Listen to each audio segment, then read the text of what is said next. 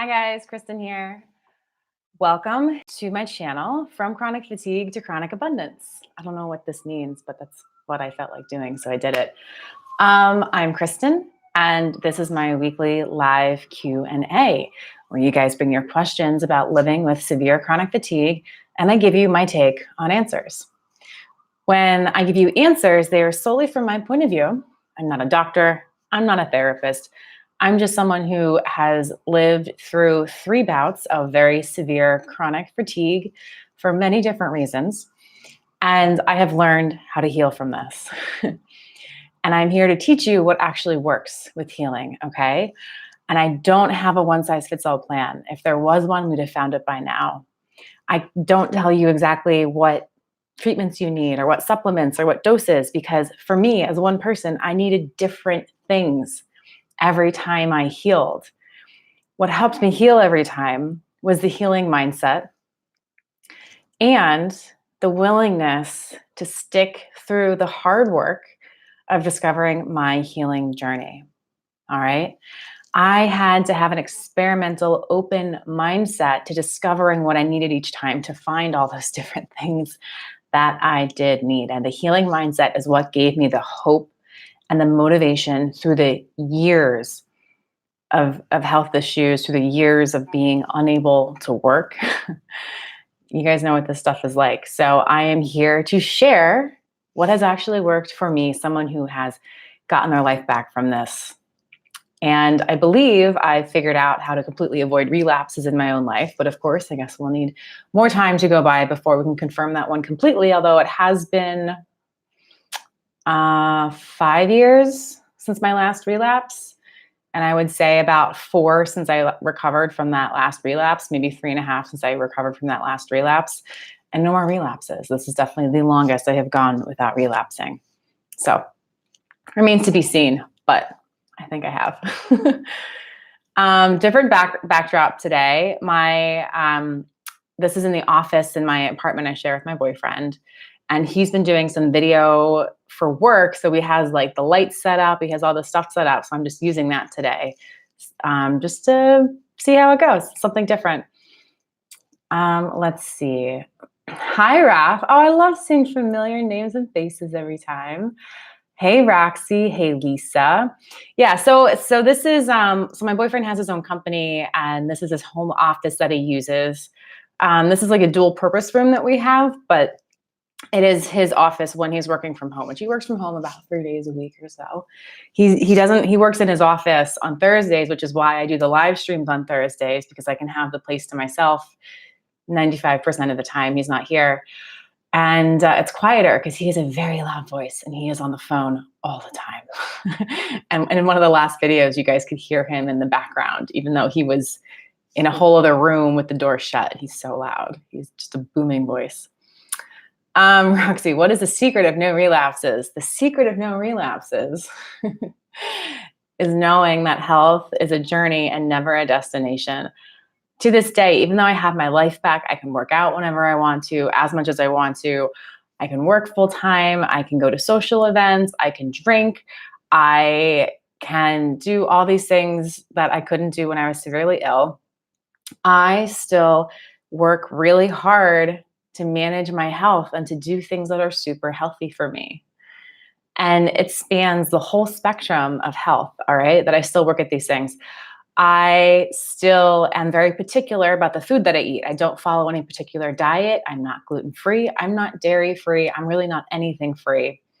I do focus on eating locally sourced, locally grown, locally made whole foods as much as possible. I cook a lot of my own foods. Not a very sexy diet. Nobody wants to hear that you need to like buy local stuff, spend more money on food and cook as much as you can, but that's what works. I'm really big on sleep hygiene. I'm really big on my mindset. The healing mindset was what got me healthy in the first place. And I've continued to work on my mindset so that I can live a normal life while still making choices that are better for my health, okay? Like sometimes I choose to go out until 2 a.m. and drink a lot, not great for my health overall, but I don't do that very often. I keep those kinds of things to like once or twice a year at this point, plus I'm getting old. I am still really big on going to the doctor and being proactive about monitoring my health so that nothing pops up by surprise. I go to the doctor when there are little symptoms. I don't wait until there are huge ones that are impacting my life. I stay ahead of my health that way. I still take a lot of supplements because as much as I focus on clean eating and eating locally and eating whole foods and fresh foods and all that kind of stuff, for many reasons I won't go into right now, our foods no longer give us all of the nutrition that we need. And a lot of that has to do with the way we farm foods, okay, and the way we've treated our soils over the past 100 years. And the way things are fertilized, even like organic and beyond organic foods, can only give us as much nutrition as they can get out of the soil. And our soils are becoming depleted. And it's a big problem. So there's a lot of things I can't get from my food that I do supplement with. Sometimes it's also cheaper to supplement. Like it's cheaper, for me at least, to supplement omega-3 fatty acids than it is to eat enough wild caught fatty fish. Okay, that would be really expensive for me to eat that much, like wild caught salmon and whatnot. What else? What else is the secret to avoiding relapse? Managing stress, getting rid of toxic people and relationships in your life. It's a whole spectrum of things. And really, I would say the secret to not relapsing is to figure out what it takes to heal and then really just continue doing those things in your life. All right. My life is not the same as it was before I got sick. I did not go back to the life I had before I got sick. I have a whole new life after healing, and I am a much happier, vibrant, more abundance mindset person than I was. And I am happy to be able to do this work, to live the life that I live, because it's all a choice. And for me, all of this work and all of this effort is beyond worth it because it enables me to stay healthy, and it enables me to do things like this for you guys and to work and be excited about the things that I do every day. All right. Big, long, complicated answer to what is the secret to not relapsing. But that's it, right? It's not one quick one quick tip or whatever. It's not some easy solution. If it was, we'd all have figured this out by now. Okay. It's big and it's complicated, just like our health issues. Not a very positive, uplifting answer, but I'm real with you. All right. Let's see. Hi, Anna. You new here. Oh, you found out you have CFS 1 week ago. I'm sure you've been living with it for much, much longer. And it sounds like you just finally got your diagnosis. Congrats on getting a diagnosis. It does feel good to have a name for what's going on, but it probably means nothing has changed for you, like it didn't for most of us when we first got diagnoses. Audio and video are great. Okay, I remembered my little microphone today. I don't know why I forgot it the past couple weeks, but here we go. This is why the audio is good. The video is good because I have this big light behind me. It's a big like ring light made specifically for doing video like this and photography. Yeah.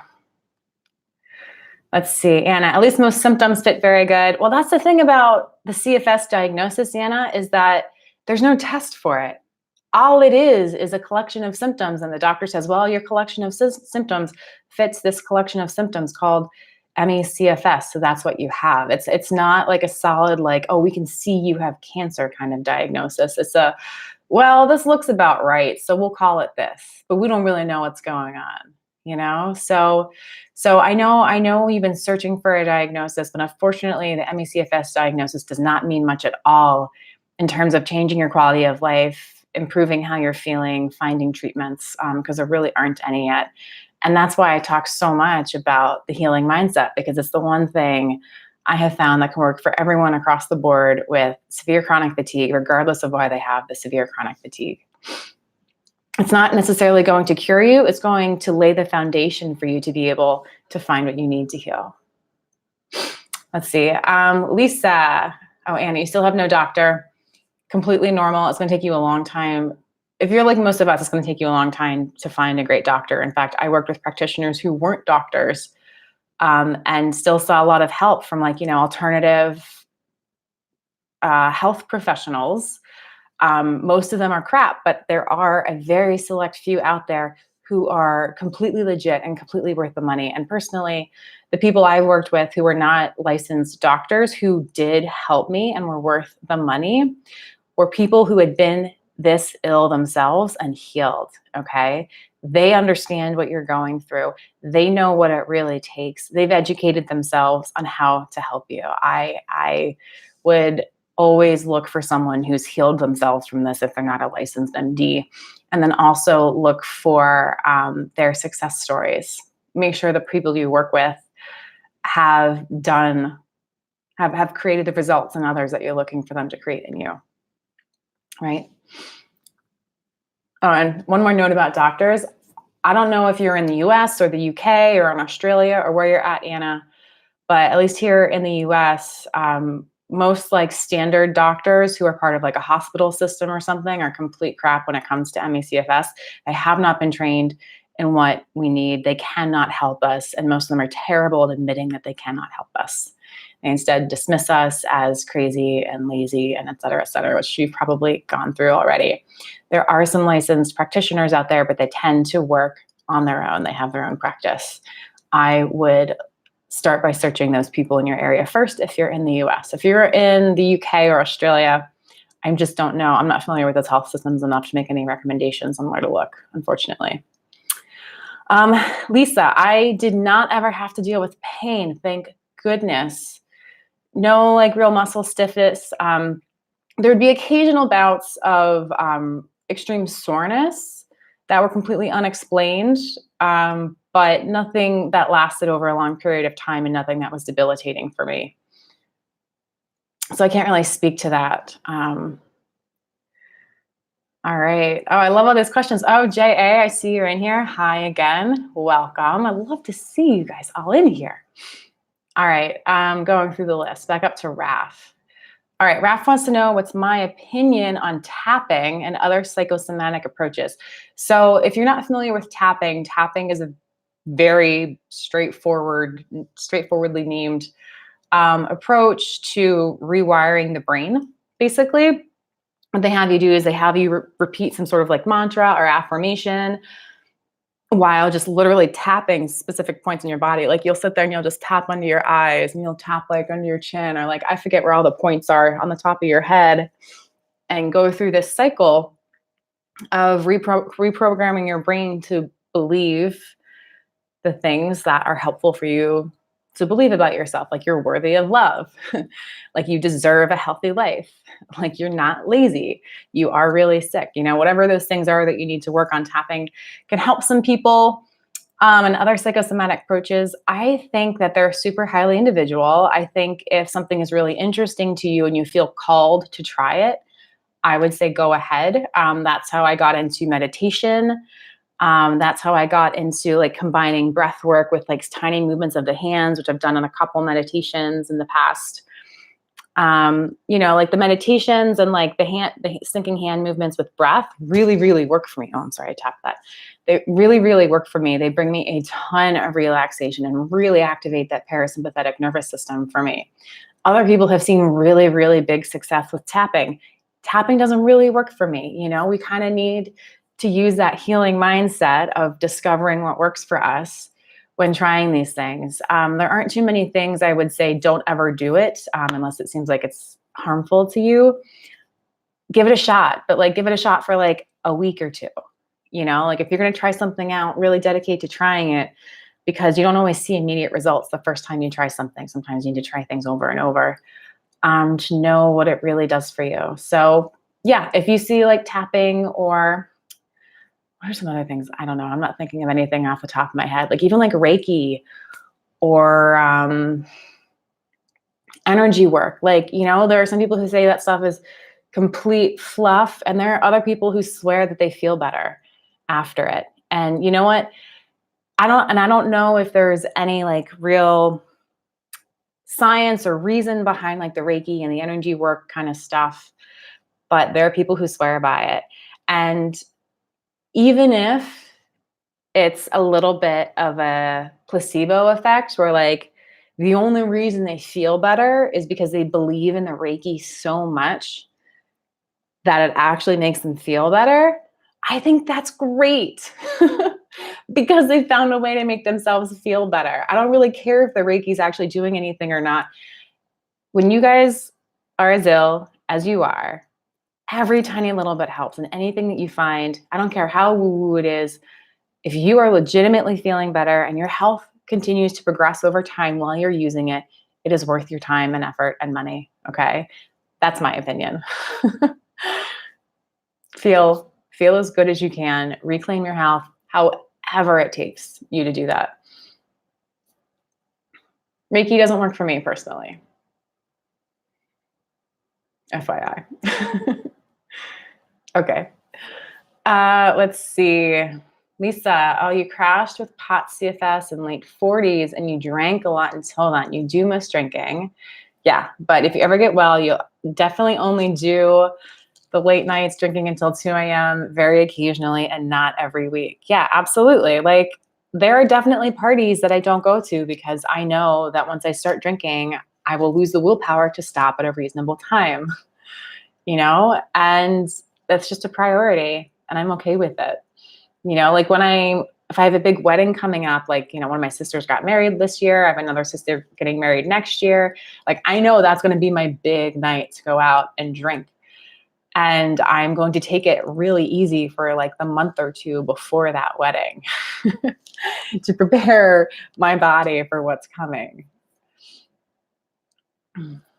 Yeah. And it's the kind of thing where as you start to heal, you don't want to reintroduce things like late nights drinking too quickly. It's the kind of thing you want to wait until you have a really solid base of health first before you go playing with unhealthy behaviors again, because they are fun. Like moments like that, like, yes, they're bad for my body, but at the same time, like I just did it over the weekend. We went to a Halloween party.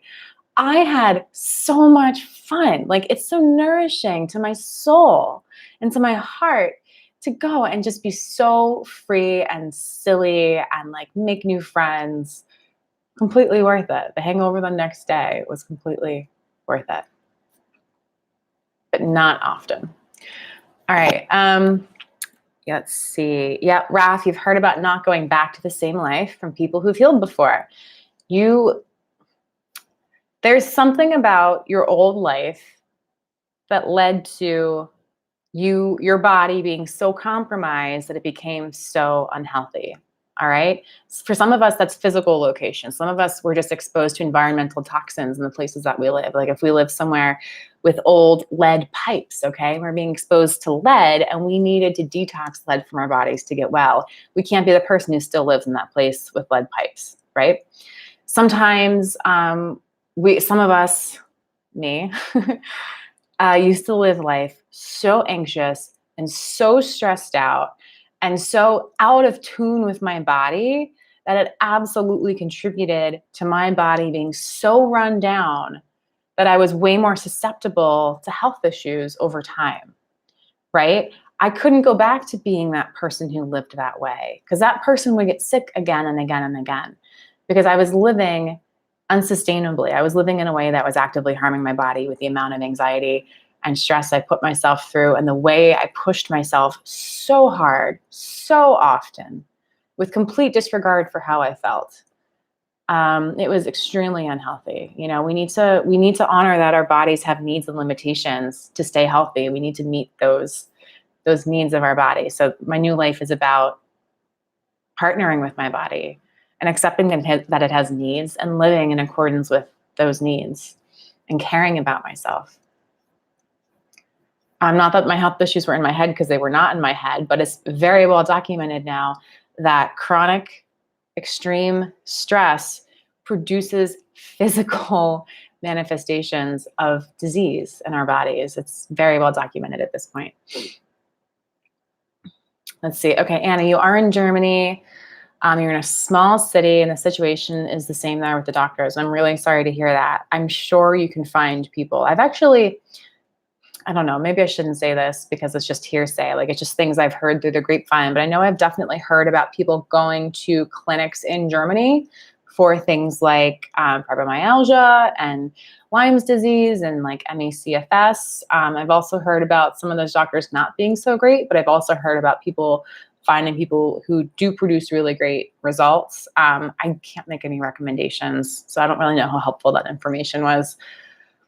But it seems that, I mean, those people are out there that can help. And it's about just digging until you find the person who's right for you. Because even one doctor who's great for one person may not be great for you.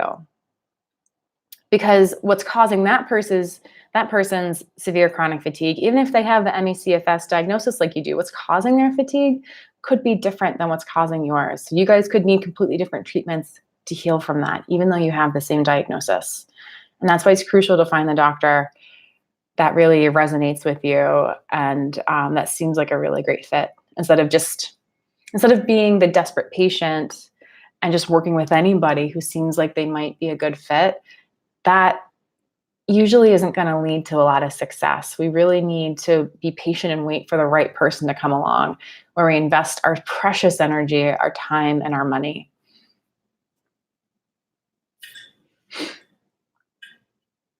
All right, Raf, you're going to try tapping. Awesome. Let us know how it goes. Some other people might be interested in trying it with you. Let's see, Raf. Placebo got you out of bed. Interesting. I don't know what you mean by that. Let's see. Roxy's saying, yeah, really? Raf says, yes, Roxy, I took a supplement called DJ Repair, and I was skeptical at first, but after 4 days, you were convinced it would heal me. And yeah, Roxy says, maybe it wasn't placebo, maybe it was a supplement. That's the thing. It's really hard to know unless you're doing a lot of blood work and things to like track what's working and what's not, which I do recommend doing. So great question, Roxy. Raf is gonna retry the supplement. Always worth retrying it. And I tell you what, if it doesn't work for you now, that also doesn't mean it wasn't actually helping you the first time. Like as my needs have changed, as my health status has changed over the years, if I took some of like the energy supplements that I used to take, like I needed them when I was severely ill and ME/CFS, things like CoQ10 and L-acetylcarnitine.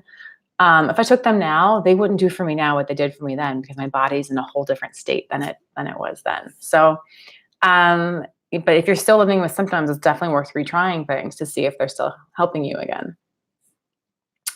Let's see, Roxy, another question. How to keep hopeful when you are ill week after week after month? Healing mindset. That's how I'd stayed hopeful, which is how do I want to say this? The healing mindset is a mindset based on hope and abundance. And it's about saying, I am not happy where I'm at right now. Although I accept the reality. I'm sorry, I guess my dryer is beeping right now. I don't want to go turn it off. It'll stop after the third time. It's about saying, I'm really unhappy where I'm at right now. And I'm really scared that I might be this sick for the rest of my life. But I know what I want. And I know that I want to be healthy. And I know that I deserve that level of health in my life. And I believe that if I keep going, I will find what I need. And trust me, after years of living with this stuff, it can get really hard to continue believing those things. But that's where the abundance mindset comes into play. The abundance mindset, once you start developing it in yourself, becomes self-sustaining. It's an upward spiral it gets you into mentally. It helps you go from the person who is stuck feeling shame and guilt and like a victim to the person who is still just as ill. You can still be just as ill, but you can be the person living with more peace every day, saving that energy from those negative emotions to feel good and saving that energy to put into your healing journey instead. It's the person who says, man, I saw a really crappy doctor today. Well, I can cross them off the list. I've learned something today that I'm not going to work with them. I'm moving on to the next doctor instead of, on the other hand, oh my God, all these doctors, they're so terrible. Well, I'm just ranting and raving and getting caught up in this and wasting so much of their energy, and how unfair it is that most doctors suck and can't help us, which is true. But why get caught up in that? It's really about saving all that negative energy and saying, okay, I'm going to take the next step. It's about looking at yourself right now in this moment and choosing the path of health, because that path is the only one that's worth it. And how to do that is something I've talked about. There's so many pieces to it. I've talked about on this channel a million times, and I'm struggling to find one way to summarize it completely because there's so many things to do. I guess, Roxy, when you have the time, I would honestly recommend going back to the beginning of my channel back from 2017 and watching a couple of those videos each week. And like the early videos are the ones where I really lay out what the healing mindset is and how you can begin cultivating it in your daily life. Like these Q&As came about because I felt like I had started to run out of fresh topics to talk about. I felt like I had talked about what the healing mindset is and how to cultivate it already. And these Q&As are hopefully to understand what you guys are still struggling with and what aspects of it there are for me to talk about in a new way, which these have helped me do. So I love when you guys show up and ask so many great questions like this. So yeah, Roxy, I would definitely go back and watch my own videos. All of them are way shorter. Like all of my first videos were like 3 or 5 minutes for the most part, because I knew I needed to keep them short because people are ill and tired and they have brain fog. And I spoke a lot slower so my message could be carried through. So those videos are a lot easier to watch than just sit through one of these like hour-long Q&A sessions.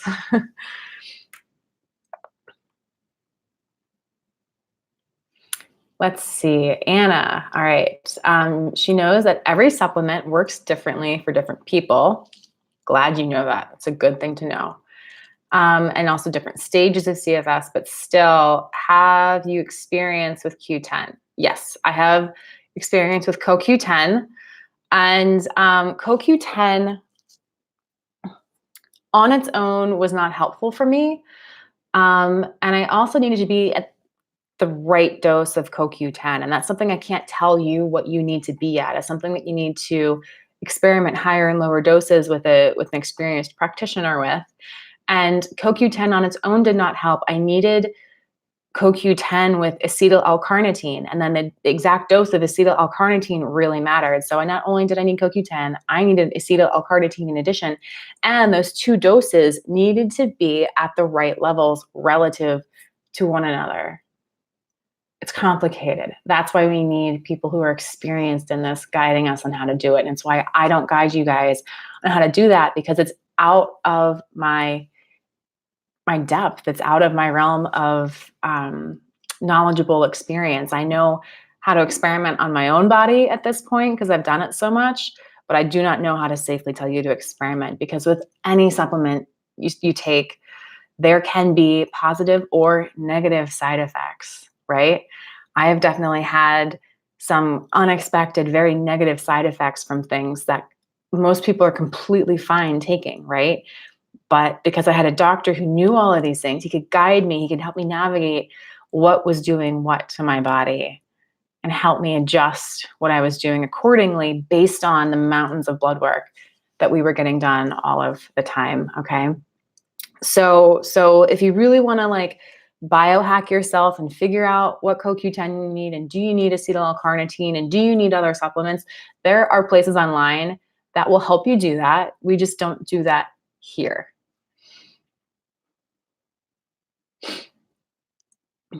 Lisa, CoQ10 has helped her slightly with no side effects. Oh, hi, Jamie. How you doing? And Jamie does not take any supplements. CoQ10 used to give her, her or him, Jamie could be either. CoQ10 used to give Jamie insomnia. There you go. That's not a standard reaction to CoQ10, but that's what Jamie's experience was. Yeah, Roxy's on CoQ10.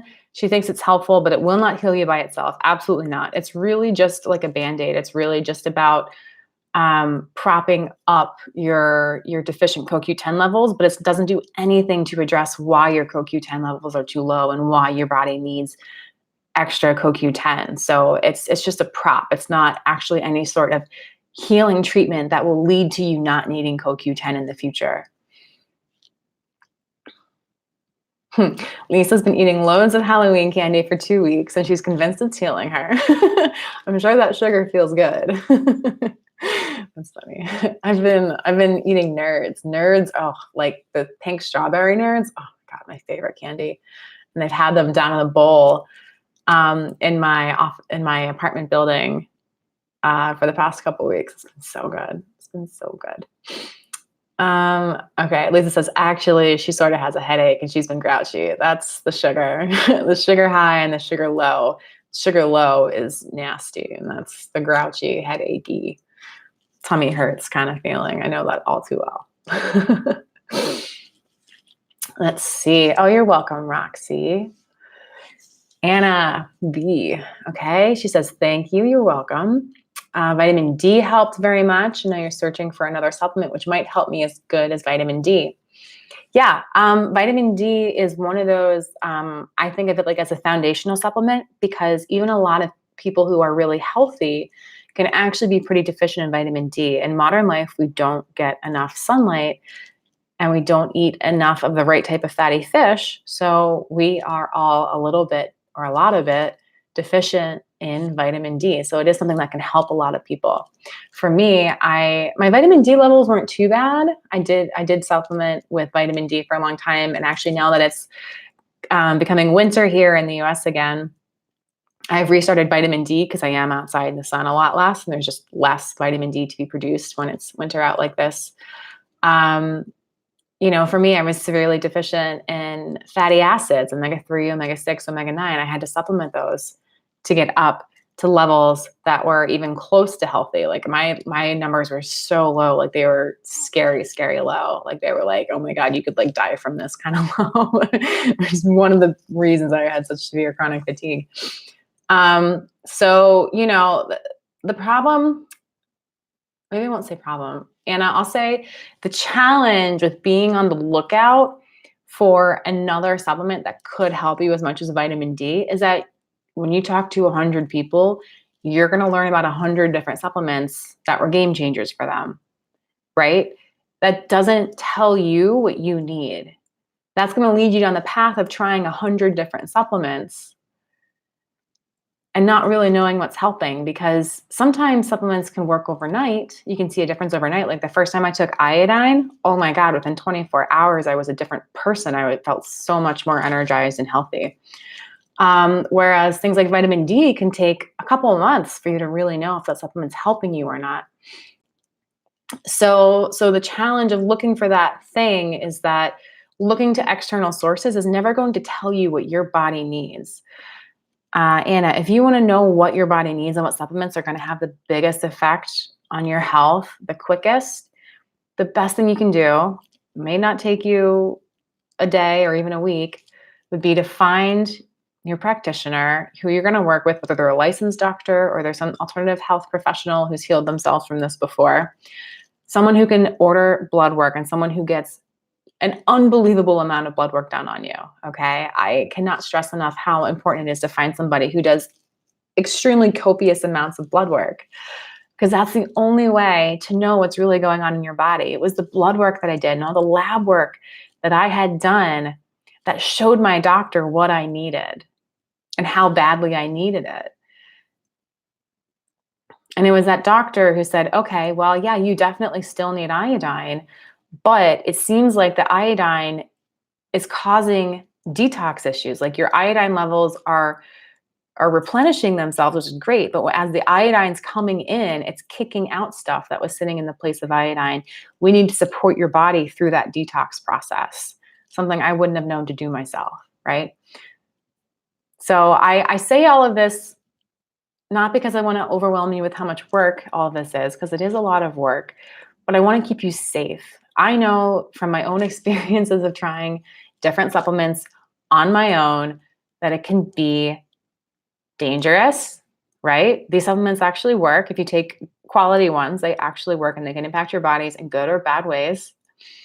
Like Jamie with the insomnia. They can get expensive and time consuming. And when you're looking just based on what other people tell you to try, it can get really, really demotivating. And that demotivation for spending so much time and money and effort and energy trying things that aren't working for you can get people in a really unhealthy mindset, right? It can get us to that place of hopelessness and, oh my God, what am I doing? And oh my God, this will never get better. Oh my God, I'm so burned out and exhausted from trying to get healthy. All right. We need to be really careful with how we approach trying to heal. We need to do it in a sustainable way that has the highest chance of success for us. And that's why I promote working with a knowledgeable practitioner as much as possible, because, not only are they going to get you healthy way faster, they're going to get you healthy with a lot less effort and time and money and energy spent.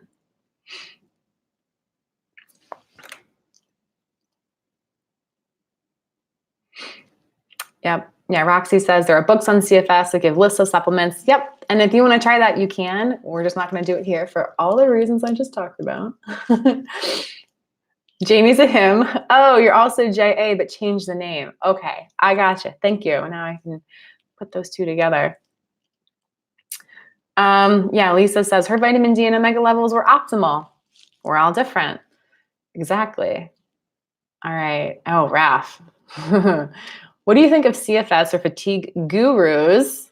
I put the quotes in there. Who got something to sell? Nothing wrong with charging something for a product. You really have to research the person, because the reason scam artists make money is because they replicate what the authentic healers do without actually having any of their knowledge or expertise, okay? That's how scam artists function, and it's how they're successful. So by definition, it's hard to tell a scam artist apart from someone who can actually help others. And the way I did it to find these non-licensed people who can actually help me is by following them for a while, following them for weeks or months, looking at their content, listening to their message, reading their blog posts and emails, and asking myself over time, does this person come off as authentic and legitimate to me? What are their success stories? Are they very sensational, or are they very grounded and based in reality when they talk? Do they talk about the downsides as well as the upsides? Anyone who's legit is going to really go into detail and depth about what can go wrong sometimes, whereas the scam artists tend to stay a little more on the positive, sensational side.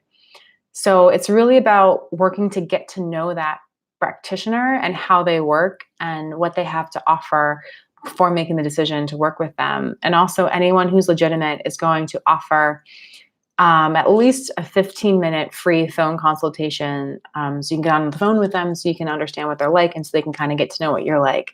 Because the people who are actually good and authentic, they won't just take anyone's money. They're only going to choose to take money from people they can work with, who they think they can get results for. Legitimate people are not doing this to make money.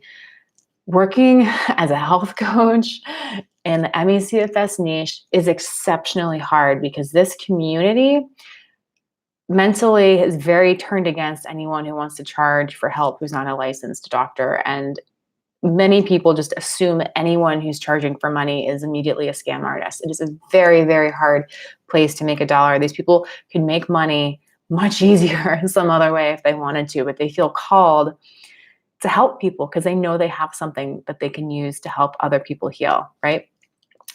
So, so how do you know if they're legit or a scam artist? Because they're selling something, and I say you have to get to know them, follow them, read their content. After a while, hop on that free 15-minute session with them, talk with them. Do they listen to you? And go with the person who seems authentic and knowledgeable.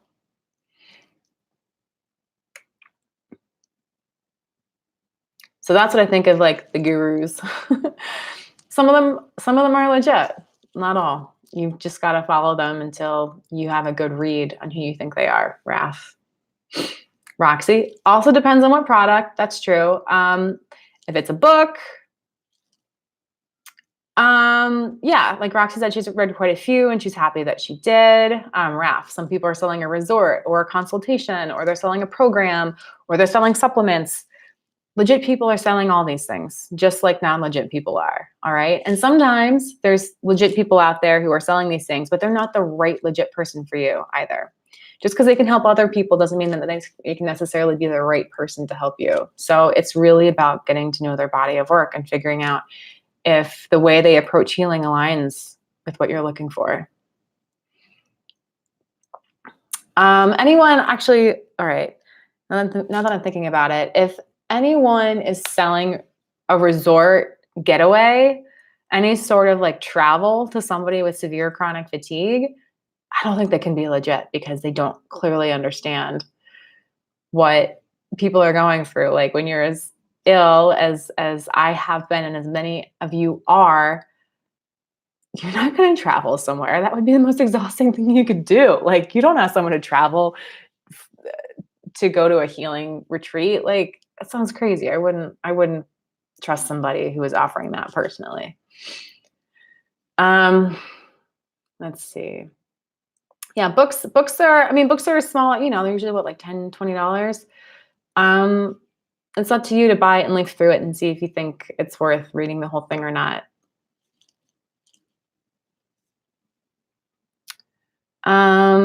Roxy, most are based in the US, so you wouldn't be able to visit, but yes, you would go if you could. You don't think they lie. It's one of those illnesses where genuine people get involved in. They do. They do. Anna V, thanks again. Yeah, you have an appointment with the only doctor in town who lists CFS on his homepage. Super interesting. Appointment in 2 weeks, but you're right. Just randomly trying stuff might not be good. It can get exhausting. Even when you're working with a doctor, it can get exhausting. But trust me, trying to do it on your own is not something I recommend anyone do after having tried it myself and not getting results. So, let's see. Raf, who do I recommend listening or reading regarding CFS? All right. So I'm so bad with names. I'm going to have to, actually I have my keyboard down here. I can type down here. Is his name Tony? Oh, no, his name's not Tony. There's this guy in Australia. Maybe someone else can think of his name. Maybe someone else has followed him who seems super legitimate. Maybe I can look at my Instagram. I know I follow him, or at least I used to follow him on Instagram. Oh man. Let's see. Oh, CFS Health. Yeah, there's CFS Health on Instagram. Let's see. Website. All right, this is taking a minute to load. Why isn't this website loading for me? Toby, that's his name, not Tony. Toby. Toby. Toby Morrison. Here we go. CFShealth.com. He seems super legit. I wouldn't say he's the right person for everybody, but he's gotten quite a number of, I'm going to put the link in the chat here, quite a number of legitimate success stories. And I think his approach sounds like it aligns a lot with what I talk about in regards to the healing mindset. He definitely coaches around the healing mindset, but then it also has specific protocols that he walks people through. And surprise, surprise, he himself was living with mysterious, severe chronic fatigue as a teenager and healed from it in spite of all of his doctors telling him there's nothing he can do, right? So I personally believe he is legit after following him. I've been following him for years at this point because I just really enjoy the way he talks about it. And I wish I could do what he does. I wish I had like a plan for people to follow that got everyone better, but I just don't.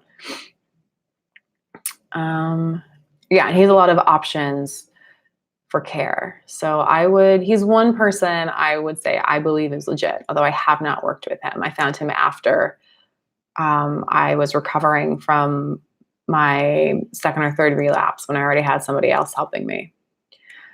And I would say that's really the one person in the community offering something that I would personally recommend.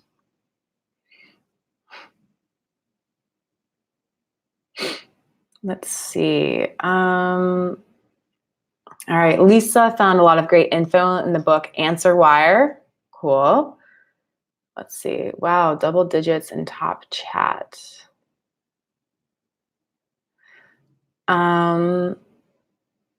Let's see. Lisa. Oh, she also bought his program and it was helpful for her. That's awesome. David Graham. No. Raph. Wants to hear more about Answer Wire from Lisa. It's up to Lisa. Okay, she does talk about it down below. I'll jump to that. Let's see. Dan, this guy Dan recovered himself. He supports good diet and functional healthcare, healing mindset, pacing, meditation, calming over active, anxious brain, etc. Sounds familiar. All right. Roxy lists some books that she's read. Sarah Myhill, Diagnosis and Treatment of CFS. Very straightforward title. Bruce Campbell, The Patient's Guide to CFS and Fibromyalgia. Roxy likes From Fatigued to Fantastic. I like that name. I want to look that one up right now just because it sounds fun. And in the same vein, that's what I want to do. Oh, you know what? I have seen this book before. I have seen this highly recommended. I recognize the cover now. Cool. Super, super cool. Let's see. Yeah, I personally never read any books. When I was really, really ill, like reading a book was just something I was almost unable to do. Any of my reading I did online in really small chunks. Let's see. Oh, yeah, David Graham had it. Toby Morrison. He was the one I was talking about.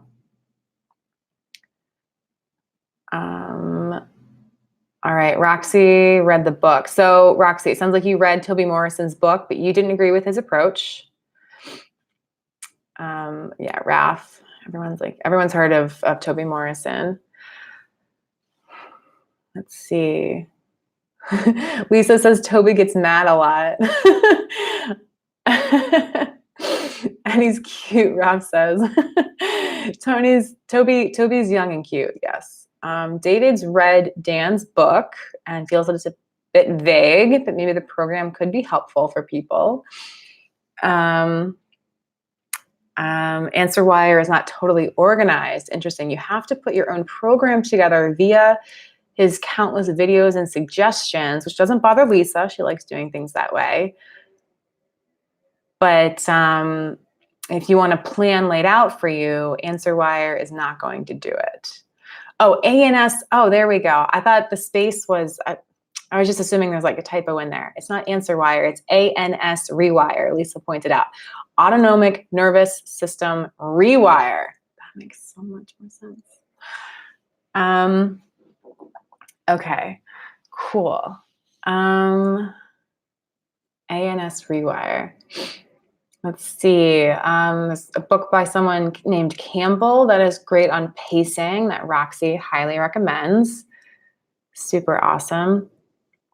You know, I keep thinking that we need to get into more of a formal community where like all this info you guys just shared on books, on your thoughts on these books, your reviews on these books would be super helpful in a community setting where we could like put together a little section of, you know, book reviews. What helped, what didn't, you know, everyone gets a thumbs up and a thumbs down and you can go through and see what works for a lot of people. You know, I think books are totally worth talking about and reading because you can take from them what works for you and what doesn't, and they're very low investment. Just not sure where we would do that yet. YouTube is really convenient, but not so great for like storing and organizing all this info you guys just shared. All right. Oh my God. I cannot believe 50 minutes have gone by already. It feels like I just started. I'll give you guys a little update on me while I give you some time to put more questions in the chat box. So let's see, last Thursday or Friday, I agreed to take on a new project. Even though I'm on this hiatus, I had some work fall into my lap that I find very interesting. And my thought process is, well, if I could spend like a week or two on this project and I could make some money and I could extend my hiatus by a month or two from working a week or two, then that seems like a pretty good trade-off to me. So I've been super, super busy again. And I've actually really enjoyed being this busy again. For those of you who don't know, I quit my full-time job at the end of August to begin a 6-month hiatus where I have two real goals for this hiatus. One was to just step back and celebrate the progress I've made for myself personally in my own life. It started off as an opportunity to really celebrate how much work I've done to reclaim my health and how amazing it feels to have my health back, right? And then additionally, on top of that, there's some other personal development things I've worked on since getting well that have just completely elevated my life in every way possible. Like I've had some mental health issues, behavioral disorder health issues on top of all the health issues I've had. And I'm sure that the like mental health issues and behavioral disorder issue were contributing to my health issues over the years. I would put money on that fact, though it's very hard to do like a causal study on one person in the past. But and learning how to completely overcome those things with the right mindset has been really, really huge. So not doing a job I hate anymore. Yay. It's been really fun to celebrate that. And the second goal of this 6-month hiatus is to actually get my own company off the ground. It's something I've been working towards for years and years with mixed success. And I'm giving myself this time as an opportunity to actually build something that is going to survive, and not just survive, but thrive long term so I can support myself. And ideally, I get myself into a situation where my company is making enough money that I have enough time left over to devote more to things like this YouTube channel and potentially a community of you guys, because I would love it if there were dozens or hundreds more of us doing this every week and there every day to support each other as the hardships of life with severe chronic fatigue pop up. You know, I'd really love to see a positive space where people focus on accepting the hard parts, but not dwelling on them. Like I would love a space where all of us can say, I'm having a really hard day today. This is what's going wrong. Oh my God. And receive all the love and support you need to pick yourself up and keep on going down your health journey. What I see in a lot of chronic fatigue, fibromyalgia, Lyme's disease communities is people really dwelling on how unfair all of this is and dwelling on how this isn't fair and that isn't fair and that's hard. And I just see a lot of wasted energy, and I just don't see that helping anybody. Venting is helpful and healthy and okay, but staying stuck and dwelling is not, you know, and I would love a place where we can all be more supportive and uplifting about those moments in our lives together. I'm still trying to figure out how to do that.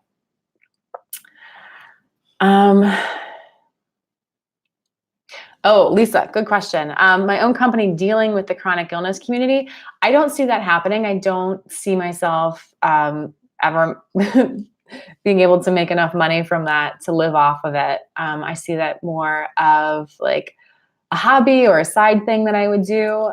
So to be clear, like my goal is to build a company where I develop B2B SaaS software. If you're not familiar with SaaS, it stands for software as a service. And I'm researching opportunities right now I'm actually specifically researching opportunities in the heavy equipment rental industry. So there are a lot of companies out there now that buy or lease heavy machinery for construction that then rent that out by the day or by the week or by the month to actual construction crews. And it's a win-win for everyone because the construction crews don't have to buy equipment. They can rent exactly what they need for each job. They're only spending money on equipment when they actually have work to do.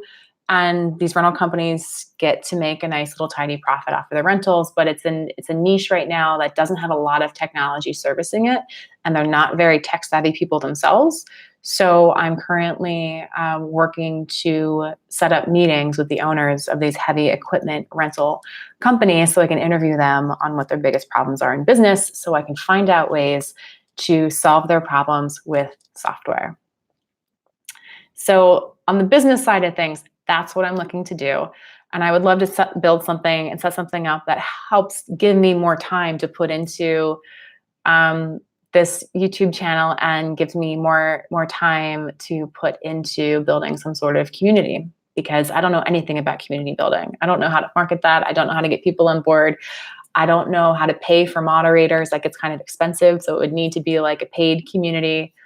Or I'm even floating the idea of a business model where people who can afford to pay would pay like $10 or $20 a month, and then people who can't afford to pay would get free membership. And there'd be very specific. There's a lot that goes into like planning exactly how that works, because that's not a normal business model. Where like by default, a lot of your members are going to be free members. Maybe even the majority would be free members. But to run a community like that successfully, I would need moderators.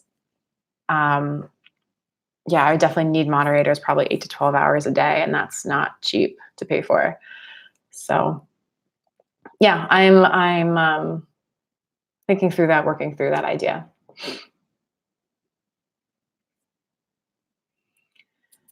Let's see. Raph, you used to be addicted to self-help. I love self-help. It's something I'm super, super into. I'm always working on myself, period. And my life gets better the more I work on myself. But I can understand the whole addiction thing. I definitely had to tell myself, like, to commit, this year I am not buying any programs.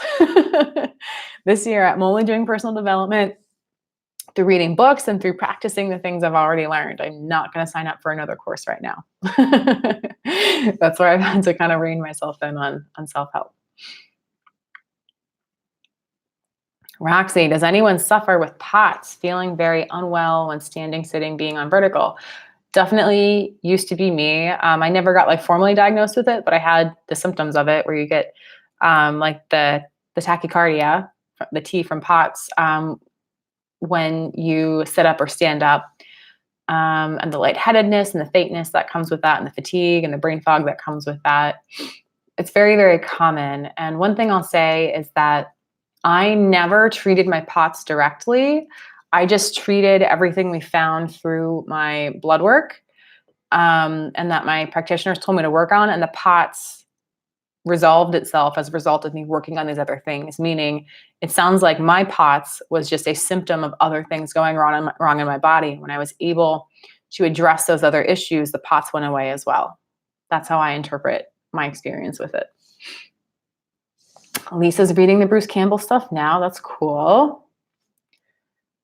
All right, excellent on pacing, Roxy says. The only comprehensive book on that. Is that true now? All right, well, I got to look up this Bruce Campbell pacing book, if it's really the most comprehensive book on it out there, because that's a big deal. I had actually written a guide to pacing a while back and shared that with some of the Facebook communities I was in, but it's really hard to be comprehensive about it because there's just so much, and there's a lot of medical research that I just don't really understand because I don't have the background to understand it. So I couldn't be as comprehensive as I would have liked to be.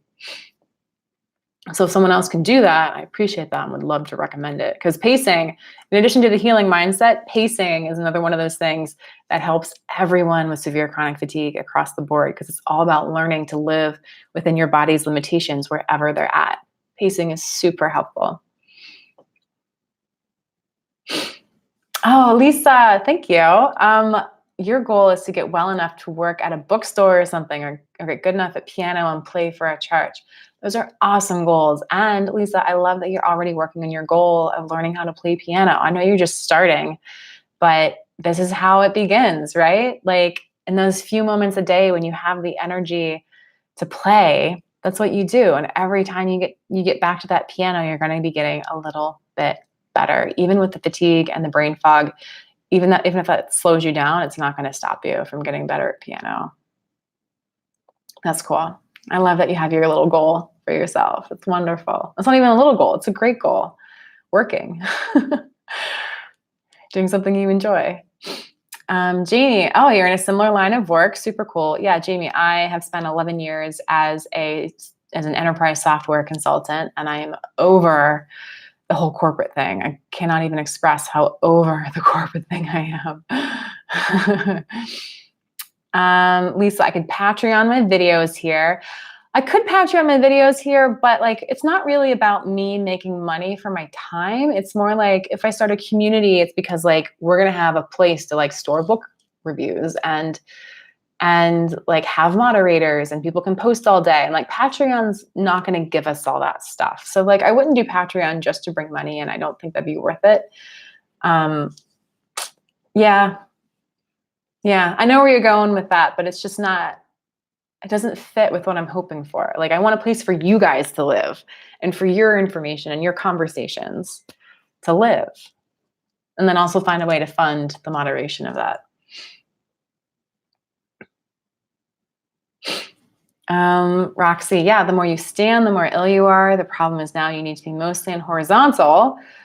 But yeah, it's one of the many symptoms. And Roxy, like POTS is super, super common. Like ME/CFS and POTS just go hand in hand for so many of us. But yeah, like I said, it seems to be more of a symptom. When you have all these other things going on, it seems to be more a symptom of those than something that needs to be focused on by itself. The Patient's Guide to CFS and Fibro, Roxy also recommends. Oh, the Patient's Guide to CFS and Fibro is the good pacing one? Okay. Patient's Guide to CFS and Fibro. I'm not used to like typing down here on my screens up here. It's weird. All right.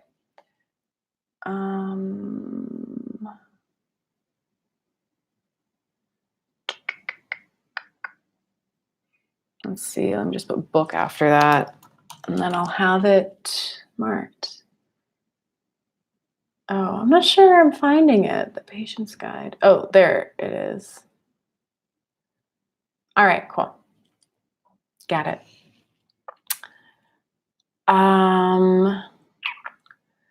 Let's see. Oh, and now Raf is asking us, what do we think of antibiotics for the sake of altering gut flora?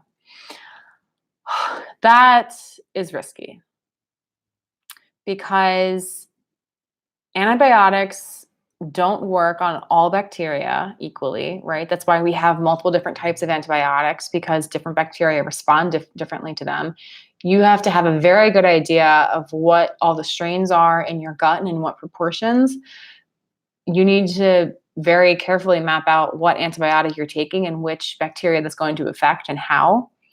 You would need a very, very solid plan for repopulating your gut bacteria, meaning you would need to have a very solid plan for how are you going to keep the bad bacteria from taking over, and how are you going to encourage the good bacteria you want to flourish. Do you need to supplement? Is it foods? Are you taking the right type of probiotic with like an acid-resistant shell that actually delivers the bacteria into your gut instead of letting them all die in your stomach? Like, there's a lot to it. And I would personally be very, very concerned about trying it. That being said, I don't know anything about what Dr. Merlier, I don't know how to pronounce that, in Belgium uses. So I would be very skeptical and very nervous about trying that, because if bad bacteria take over in your gut, it can cause problems. So I would only do it if I was working with the doctor himself and he was monitoring me himself with lab work.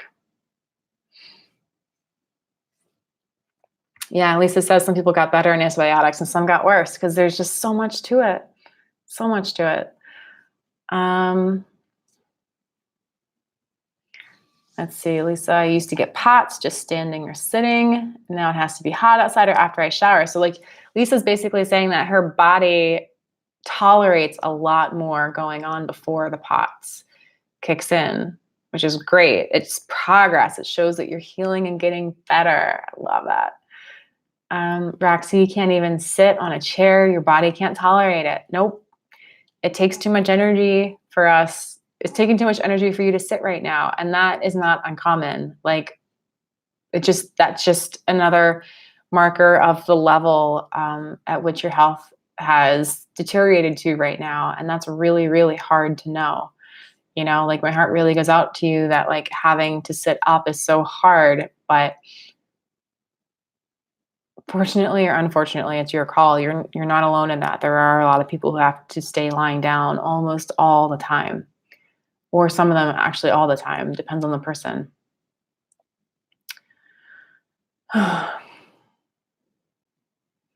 Raf, and adrenaline intolerance. That's something new to me. I don't know about adrenaline intolerance being related to feeling dizzy while sitting on a chair.